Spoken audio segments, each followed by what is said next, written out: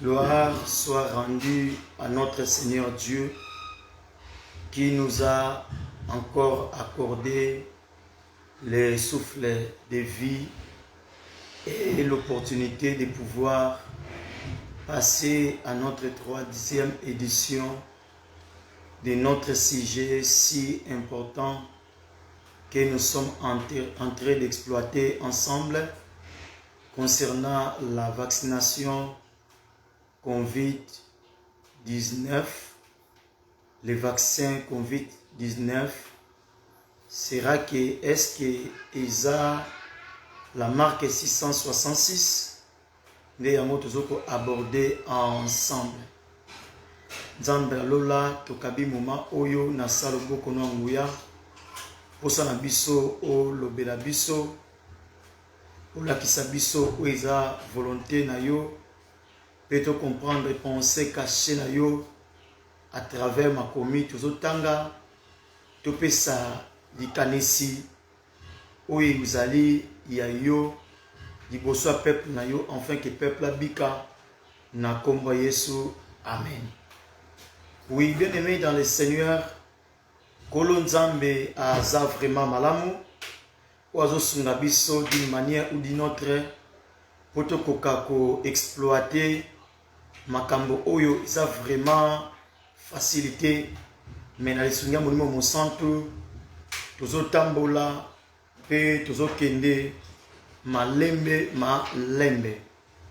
Oui, eza na écriture moko ekomami na 2 Corinthiens chapitre 2 na verset nango 17 Thomas Polo azoloba boye biso to falsifiaka écriture te lokola ebele ya batei lokola plusieurs.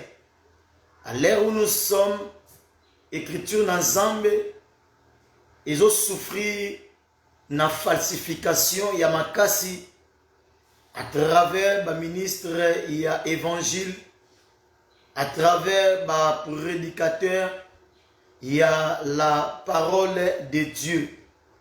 À chaque fois que tozoko interpréter non pas selon volonté en Nzambe, apôtre Paul azobengango tozoko falsifier écriture na Nzambe.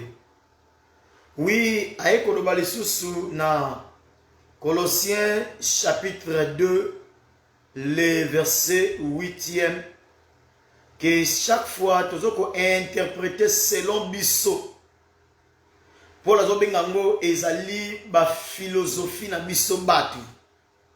Omonite lokola balobaki que marque de la bête kotiama na elongi pe na loboko. Tango baolekisa biso pistole na elongi, tango bazoko tia biso ba vaccin na loboko, nde elingi koloba sinyango yango wana eza philosophie ya batu.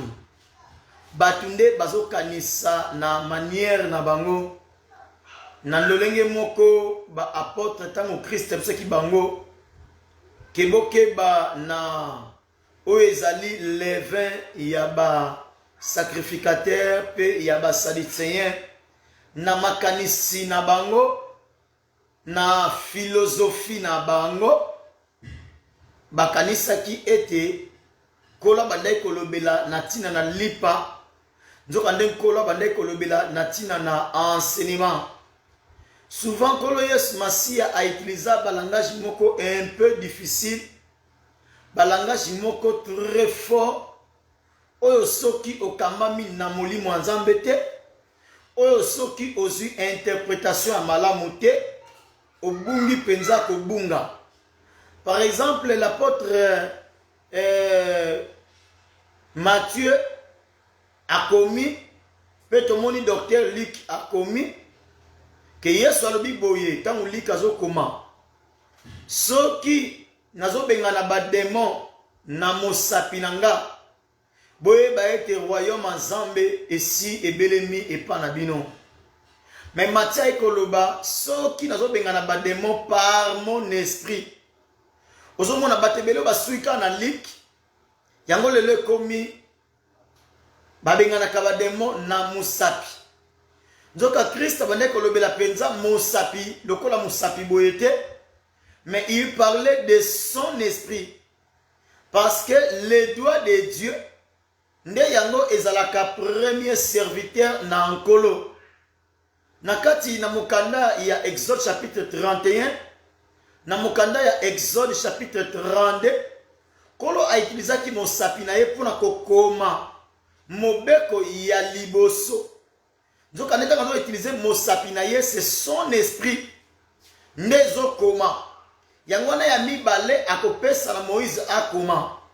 Oui, mosala liboso nzambe ezalaka nde molimo na nzambe oyo obenga mosapi na nzambe. Esima nango toza na basali na nzambe ba ministre ya évangile oyo pe bazokoma pote mpo alobi boza mikanda to mokanda na biso. Boza mokanda oyo Kristo akomi na mitema na bino. Oui, makomi esengeli vraiment tozala na beaucoup d'attention tango tozali koyekola yango. Eza lokola Samson tango apesaki lisese ya koloba ete de plus fort est sorti les faibles. Ezalaki facilité pour batu ba comprendre yango, batu bazangaki explication. Mais les loza mutu na esengo yo ozo explication ya parole à Nzambe. Voilà pourquoi il faut osala sûr, osala assidu, osala serein. Omitika na n'importe quelle explication ya maloba ya batu te. Tout encore 2 Pierre chapitre 3e verset 16e. Bible bina bisonini na 2 Corinthiens chapitre 3 le verset 16e. C'est ce qui fait dans toutes les lettres où il parle de ces choses dans lesquelles il y a des points difficiles à comprendre. Yango salamaka ete na bamikanda nyonso oyo akomaka ezalaka na ba points difficiles à comprendre. La Bible a aussi contenir ba points difficiles à comprendre. Voilà pourquoi te répéter kapito lobaka tango nyonso eniki éthiopien abandaki ko quitter Éthiopie pour na koya ko adorer na Jérusalem. Mais bien qu'azoya ko adorer na Jérusalem, azalaki na du mal, na difficulté ya ko comprendre makoki. Tango batu n'y est pas Philippe, comprends-tu ce que tu lis? Est-ce que makambozo tanga ozo comprendre ngo? Alors bien ko comprendre ndenge nini soki mutako expliquer azate. Bien aimé toza wana pona ko pesa yo explication ya makomi na Nzambe afin que on comprendre les points difficiles ya Bible. Afin que on découvrir les points difficiles ya Bible. Et on continue la lecture dont les personnes ignorent et ignorées, dont les personnes ignorantes et mal affermies tordent le sens. Makambo yo bato baza ignorant, pe baza mal affermi, bazoko tordre sens nango. Lelo batebele bazo tordre sens ya sango malamu, sens ya écriture, sens ya enseignement. Parce que va comprendre quelle est la pensée cachée de Dieu. Va comprendre que quand Nzamba zoloba alinga en fait aloba nini. Quand Dieu utilise le terme la marque, en fait azolinga aloba nini. Na meke kozonga mwa mukesima bisika oyo touta kotanga ensemble na biso nyonso. Ezalaki point moko très important, très capital na 1 roi chapitre 10 verset 13 à 14.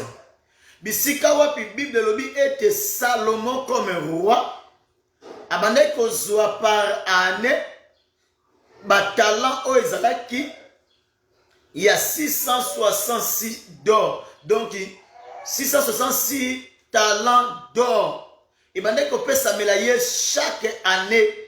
Donc, quand on a marqué 666, quand on a chiffre 666, tout le monde d'abord est un chiffre de l'homme. Il est question de l'homme. Quel est cet homme? C'est l'homme tiré de la terre. C'est-à-dire, Moutou Oyo Aza Nanzoto. awa eza likambo ya esprit te, mais eza likambo ya moto aza na nzoto. C'est-à-dire antichrist oyo tozobenga la bête akoya penza na nzoto. Donc le dragon akomisala lokola moto. Il se fera chair. Il se fera un être humain.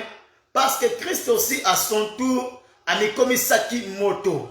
Alataki nzoto yakibo moto. Bien d'akomaki lokola un simple homme. De la même manière aussi, la bête, l'antichrist, le diable, le dragon, le kolaza imitateur des choses. De la même manière que Yesu alataki nzoto, yepe azo bandalo procéder par kolata nzoto. Mais likambako kamwa eza ete na premier saut, na ouverture ya premier saut. Bible lobi ete l'un des vieillards, l'un des vieillards, premier être vivant, pardon. Premier être vivant, c'est le lion. Donc, le lion est l'écriture. Écriture est lion et bomaka. La lettre ou l'écriture tue. Mais c'est l'esprit qui vivifie. Écriture est image ya lion.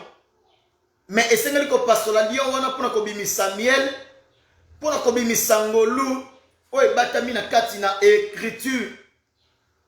Alors, le binabiso était premier être vivant. Alors, était ouverture, il y a premier saut. À mon cheval blanc.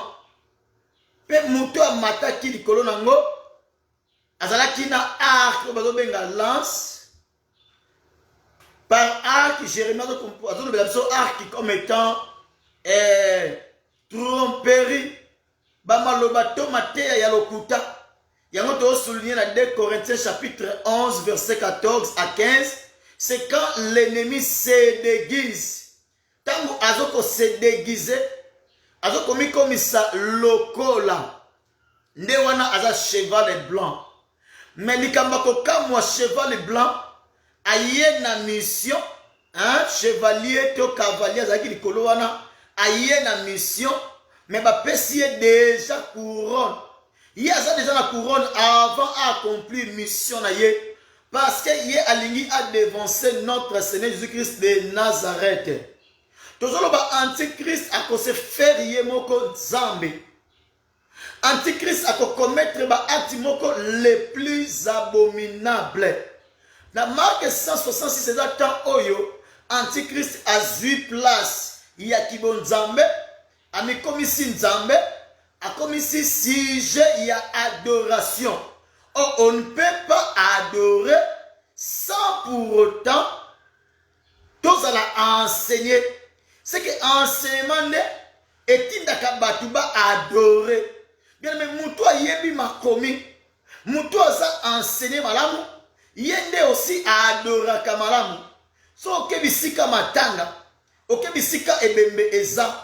Muto alelaka malamu ebembe aza muto ayeba ki moweyi wana malamu oyo azobeta lisolo clair makambo moweyi wana bandai kolinga makambo moweyi wana bandai kosala ba projet na ya suka ezalaki nini parce que aza na connaissance. Alors la bête ekosenga mikomisa moto peut a déléguer quelqu'un oyo banda kote ya surier. Le lenge moko Nebuchadnezzar, image ya dragon, atindaki basala ekeko, tant basali ekeko oyo, ezalaki image na ye moko. C'est-à-dire que sala ekeko oyo, yango to benga l'esprit fait chair, ko lata zoto, ko koma visible, na miso batu. Mais pour batu ba adorer ekeko oyo, il a fallu trompette et bêta. Ce qui trompette et bêti, trompette le belaka enseignement. Ce qui trompette et bêti, ne batuba adoré. Il y a encore remarqué Shadrach, Meshach, Abednego. Même ceux qui bayoki trompette, bayoki liteya 666. Mais bako adoré parce que bako zana connaissance y a temps. Parce que bako zala sage. Alors, sage, la connaissance, il y a temps, bako adorer te. Lelo bato bazoko adorer mbongo. Lelo bato bazoko adorer baninga na bango bato o baza les plus élevés. Bato bazoko adorer ba pasteur.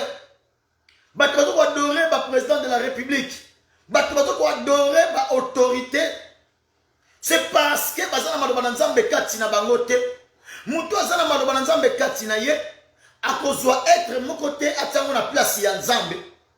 Bien aimé kogumba mela. Ezaka ati kogumba meleke koboye. Mais kozwa image nyos kotiango na place na nzambe. Ils ont déjà ko adoré. Ils ont déjà ko kumisa. Même bato badoraka Maman Maria limisanga. On peut remarquer premièrement baza a enseigné sur Maman Maria. Mais c'est alors que babandi ko adoré Maman Maria. Batu oyo bakomi bato oyo badoraka baninga na bango batu. Premièrement bayoka liteya. Tant bayoka liteya, nde bazui mutu batie na place à Christ, babandi ko adoré ye. Alors ndenge moko pe eko salema na tango wana.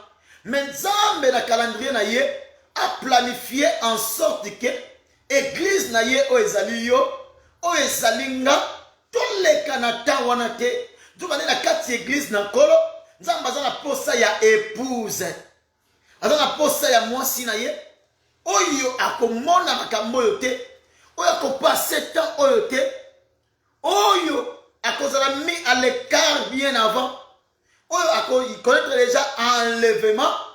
Bien aimé, même na tango ya Mardoché, il a fallu tromper te bêta. Pour batinda Mardoché a adoré. Mais Mardoché a adoré Aman. Aman oyo aza image aussi. Il y a la bête, il y a l'antichrist.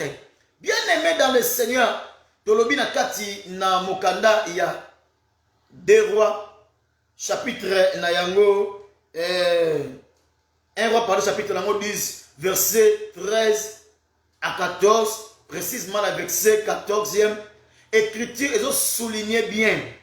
Abandai kozwa 660 talents d'or chaque année. C'est-à-dire que or ils ont représenté divinité, or ils ont représenté la gloire, or antichrist à cause de la posa nango. Mais tant qu'il y a besoin de gloire, l'ingoma nankolo kozala déjà mis à l'écart. L'ingoma nankolo est kozalate parce que tant oyo la bête a se manifester totalement, tant où la bête a ko agir, église a ko connaître tant wanate na temps de l'église. Nous allons répondre à la question de Komoko. Tozana musala yaba antéchrist. Antéchrist est différent na antichrist. Antéchrist est ça obazoya avant Christ. Tandis que antichrist est ça motombo kelina Yesu, est ça adversaire na Yesu, est ça moto atelemela Yesu. Ba antéchrist baza rien d'autre que ba sali. Oyo antichrist a précédé Nathan na biso pour na nini parce que Nathan au moins travaillé la totalité exacte. Les antéchrists ba travailler na ombre. Les antéchrists ba travailler lokola un mystère. Ba travailler yakobatama. Yango zo mona ke le loyo tozana ba sei, tozana ba sali. Oh, aosale la kisi, aosale la nganga, mais toujours combat yes na munoko. Parce que abatami. Yango ko remarquer batouana, baza disposé pour na ko falsifier écriture. Ba falsifier écriture pour na nini? Po ba mema ko banga likolo ya bana na Nzambe. Po ba banda ko lengi sabana na Nzambe. Po ba pengwi sabana na Nzambe. Po ba dévier bana na Nzambe. Po ba détourner bana na Nzambe. Na pensée ton la volonté ya Nzambe. Yango to benga pona ba séduire bana na Nzambe. Bien aimé komiti kate na séduction. Séduction ezande liteya we kolongola la foi ya mutu epai na nkolo pona kotia foi wana likolo ya un être humain. Pona kotia foi wana likolo na batu. Na lingina yebisa yo ezana écriture moko. Nzamba singai totanga ki lobi na butu ya mabondeli elongo na bandeko. Bible lobi na Jérémie chapitre 11, verset 12. Libota ya Bayuda, ba habitant ya Juda, pe ya Jerusalem, bango penza basalelaki binzambi nzambi, basalelaki banzambi balokuta, metango bakomi na pasi, bazoluka lisunge pe banzambe wana, lisunge yango eyaki te.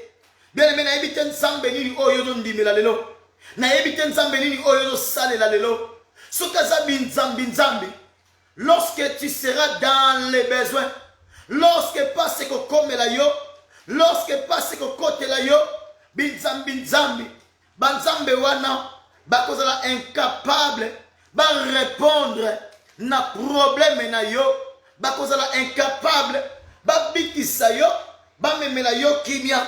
Yango moni ete ba prophète ya Balaam ya starte o bande ko dépendre na Jézabel. Bien aimé, bango penza bazalaki basali ya Jézabel waza image ya Antichrist. Et na tango na biso si Jézabel a oteya mais image ya ba Antichrist. O bazo kotisa mateya mabe, ba okotisa lokuta, bazo lengisa bana nzambe, bazo bangisa bana nzambe, ba olongola eliki ya bana nzambe, bazo longola esengo bana nzambe. Mais Christ alobaki eske tango mwana na moto akozonga akokuta ko ndima na mokili. Le Seigneur Dieu a besoin de trouver la foi en toi. Kondima oto lobela, eza kondima oto za nango soza malade lingo bika. Mais kondima to lobela, eza foi oyo otia likolo na Yesu. Foi oyo oisala ke yo kabona na mabe, o kabona na mokili, otika bokoko, otika kibondoki, otika tradition, mais po kanga mana kolo Yesu Masia. Alors bien aimé na lingite omitika na ba mateya lokuta, na ba doctrine ya ba démon, na ba doctrine ya ba esprit, na ba philosophie ya batu, na ba makanisi ya batu. La Bible bakanisaka te, Bible bakanisaka te, mais Bible balukaka o eza volonté na Nzambe po kabolango elongo na peuple. Mais lelo bate belé bazo kanisa trop, yango zo mema peuple na pasi, yango zo mema peuple na libunga, yango zo mema peuple na kotungisama. Tika totanga Deutéronome na biso chapitre nango 6, le verset 6e jusque là tozina no temps pendate ya kotanga ngo, mais leo na lisungi na nkolo tozotanga Deutéronome chapitre 6, le verset 6 kino na verset 9e. Bien le et ce commandement que je te donne aujourd'hui, landa malamu, et ce commandement que je te donne aujourd'hui seront dans ton cœur. Mobeko nga na pesi yo lelo, liteya o nzambe nga na pesi yo lelo. Donc nzambe pa pesaka mobeko na ye, apesaka liteya na ye, apesaka liloba na ye, et pas ya peuple na ye. Mais tant apesi liloba pa peuple Israël, Moïse a rappelé bango, Moïse a répété bango, nanzela ya Deutéronome, koloba ete liteya o na pesi bino lelo. Gloire au Seigneur. Tout ça, l'ité à autozoa et pas une encolo. Mais Bible le biete que je te donne seront dans ton cœur. L'ité à wana e fanda na motema. Na ebite mo na nzambo yo ka so fanda na motema na yo. Le diable aussi ko yana ba mateya na ye po e fanda na mitema ya bato. Premièrement nzamba lo bi l'ité à on a pesio lelo. Et sengeli e fanda na motema na yo. Na ebite maloba na nzambo yo ka so efanda na motema na yo. Soki maloba nzambo zo fanda na motema na obele moko mitungisa trote. Okotambola na kolenga te. Okotambola na kotungisa mate. Soki ezana ba biloko o parole nzambe, lite ya solo pesa batu eza kimia. Lite ya nzambe pesa kimia na mitema. Lite ya nzambe memaka pardon na mitema batu. Lite ya nzambe ememaka esengo na mitema batu. Lite ya nzambe elongola kobanga na mitema batu. Tika maloba ozo yoka lelo, maloba ozo landa biso, ozo bebse la crédit, o dépenser le temps na yo pona koyoka, ememela yo kimia na kati na motema. Il faudrait que maloba na nzambe efanda na motema, batebele zuwa mtefanda na motema, batebele kande fanda na motema, batebele koina mtefanda na motema, Nzoka nde fallait kolina elongwa. Il fallait qu'on bangue elongwa. Il fallait qu'on kindoke elongwa. Enfin que maloba na Nzambe efanda na motema na yo. Nzambe alobi mobeko na ye efanda na motema. Ezala libanda te. Et dans verset 7e malobi, tu les inculqueras à tes enfants et tu en parleras quand tu seras dans la maison. Oko inculquer yango, oko kotisango, oko aggraver yango, oko enregistrer yango. Aussi katina bana, tangu wapi yo kozala na ndaku, quand tu seras en voyage, quand tu te coucheras et quand tu te lèveras. Tangu yo kolala, pe tangu yo kolamuka. Kuna makambo ebeleza na kati wana. Mais pour l'instant, toke na verset 8e. Tu les lieras comme un signe sur tes mains. Yoko lié yango lokola un signe. Oko lié yango lokola un signe na loboko na yo. Hein? Liloba na Nzambe, enseignement na Nzambe. Oko lié yango lokola un signe. Na langage mususu. Yoko tiango lokola marque. Oko tiango lokola caché na loboko na yo. Vous comprenez? Est-ce que na matambo na loboko Nzambe, maloba na Nzambe na loboko na ye. Na tsaka maloba na Nzambe lokola marque, lokola signe na loboko na ye. Que tant bazolo bela ete marque de la bête, bako tiango na loboko, bako tiango na mutu, mutu malamo kanisi ete ezalaka caché, no bo mabatiza moya caché. Très bien aimé dans le Seigneur. Nazo landa na be mission, na moni bazolo bela vaccin par exemple, au salami na reçu. Balobi ezana 91%. Ils ont 91%, il y a efficacité. C'est-à-dire, ils ont 100%. Il y a un baki au vaccin par rapport, il y a n'enge ba saleli yango, par rapport, il y a un effet secondaire nango, mais na limite au yango, par rapport que ils ont marque de la bête. Yango te, on a un raisonnement batou, on a une philosophie à batou. Parce que à terre, on a un loboko. Nzambe pa lobaki mobeko na ye, parole na ye, etia ma loko la caché, loko la signe na loboko. Nana mwa tambola na parole Nzambe loko la signe na loboko na ye. Bien aimé dans le Seigneur. Et na moni makonko loba ete ba français nyonso a promettre bango kino na fin ya été faut bango nyonso bako akozwa vaccin. Na moni na allemand balobi ete bango ba don di ma vaccin nyonso o eza autorisé à travers OMS pour dire que le vaccin est belé. Nous avons marqué de la bête, autobenga 166 que la moko et que la moko et ça l'idée à moko ouais qu'on peut se m'apprendre à batunios et qui d'accord batuba adorer mumunya batuba adorer antichrist batuba longwa na adoration à Yesu batuba pese sika na Yesu et pas na la bête na kombo na Yesu.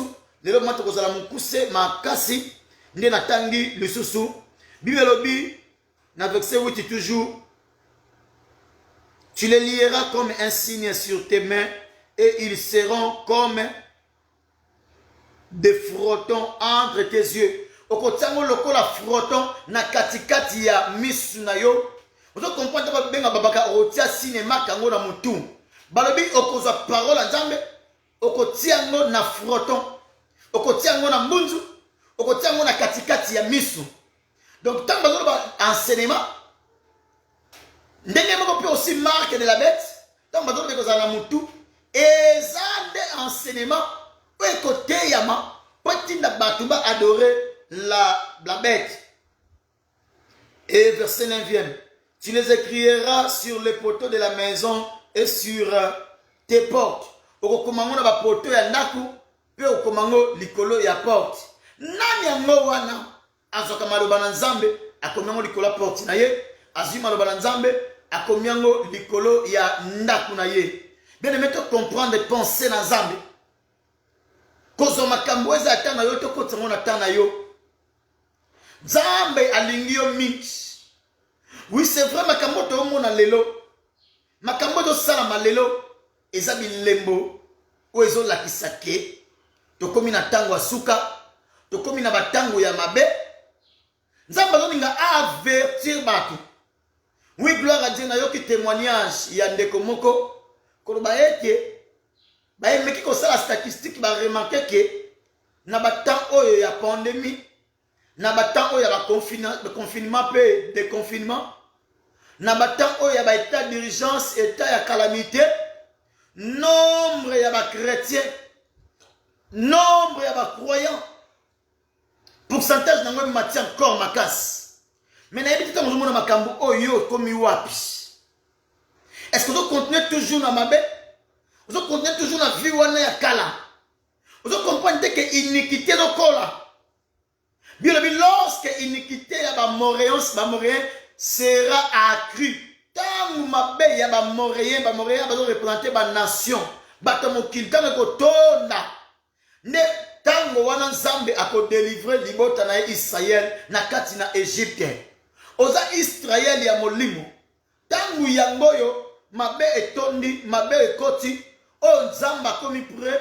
pour a délivrer peuple na ye na Égypte a délivrer peuple na ye o tozali na kati na mokili oyo alors na yebite position na yo eza ndenge nini batu oyo maloba na nzambe eza na mitema na bango batu oyo maloba na nzambe eza lokola basigne na loboko na bango batu oyo maloba na nzambe eza lokola signe na bafuroton to na kati ya misu to ya mutu na bango ingoloba ete batu bazoko agir selon maloba wana batu bazosala selon maloba wana bible lobi okosomba te soza na marke wana te pe okoteka te soza na marke wana te na moment wana ya la bête et ozaka na enseignement moko parce que bible lobi je crois na mokanda ya Proverbe chapitre 11 le verset 26 soki na bosani te soki mutu aboyi koteka bleu aza maudit epai ya peuple mais soki ateki bleu aza béni c'est que liloba na nzambe mpe totekaka yango me totekaka yango na mbongo te yesu alobi boya komela ya ofele oyo aza na mposa kosomba ya kosomba mais asomba ya ofele pourquoi parce que nous achetons par la foi nous achetons par la grâce et soki mutu alingi asomba to ateka c'est-à-dire soki kozala motei na période wana il faut oteya nde liteya ya antichrist soki ozala motei na période soki olita mondimi na période wana il faut somba nde c'est-à-dire ondimela liteya moko oyo eza ya antichrist mais est-ce que lelo osomba liteya oyo eza ya yesu to ozosomba liteya oyo eza ya yesu masiya te tosomba par la foi biso batei te oteka par la foi kombo ya koteka yango ebomaka bato bato bakomoteka sango malamu na nkolo bato bakomoteka bamiracle bakomoteka baservice to comprendre que eza basigne bandimile baza expose trompere koti makasi na kati na évangile apôtre Paul lobi bakomisi bandimi lokola baproie basible lokola biloko ya kolia lokola moyen ya bato kosala bagen kozwa bagen moko sordide nzoka nde yango te toza na temps oyo esengeli papa lamuka mama lamuka ndeko elenge lamuka mpo na nini to comprendre temps oyo toza tosimba liloba na nzambe parce que ntango ebelemi ntango ekoki yesu masiya kala te akoya kokamata mwasi na ye akoya kokamata église na ye mais problème eza etke oza na mwinda mpe mwinda wana eza na mafuta parce que biolobi ntango mobali ayaki baye bazalaki na mwinda ezalaki mafuta balukaki bazo mpe baninga besimbaki te ntango yango maloba ozoyoka eske ozobikela yango ozotambola seno maloba wana eske maloba oyo ozoyoka ezovanda na motema na yo ezochange lolenge no kozala lolenge no kosalela eske ozotambola seno maloba na nzambe c'est ça le problème kozalaka moyoki apamba te mais yoka mpe salela liteya oyo na opesa mpo interpele biso elamusa biso tolinga nkolo tozongela nkolo nalobi tika nkolo yesu masiya apambola vi na yo tika nkolo yesu masiya na nzela liloba atindi otrouve pardon na nkolo liloba oyo restaure vi ya mutu moko erétablir marche ya mutu moko liloba oyo ememela mutu moko kimia ememela mutu moko mapamboli mpo na yo lolo efungwama mbule noka ozala arrosé na kombo na Yesu to sambeli pe tolobi amen. Gloire à Jésus. Pona koyoka biso, pona kondima biso pe pona koyamba biso. Ciao.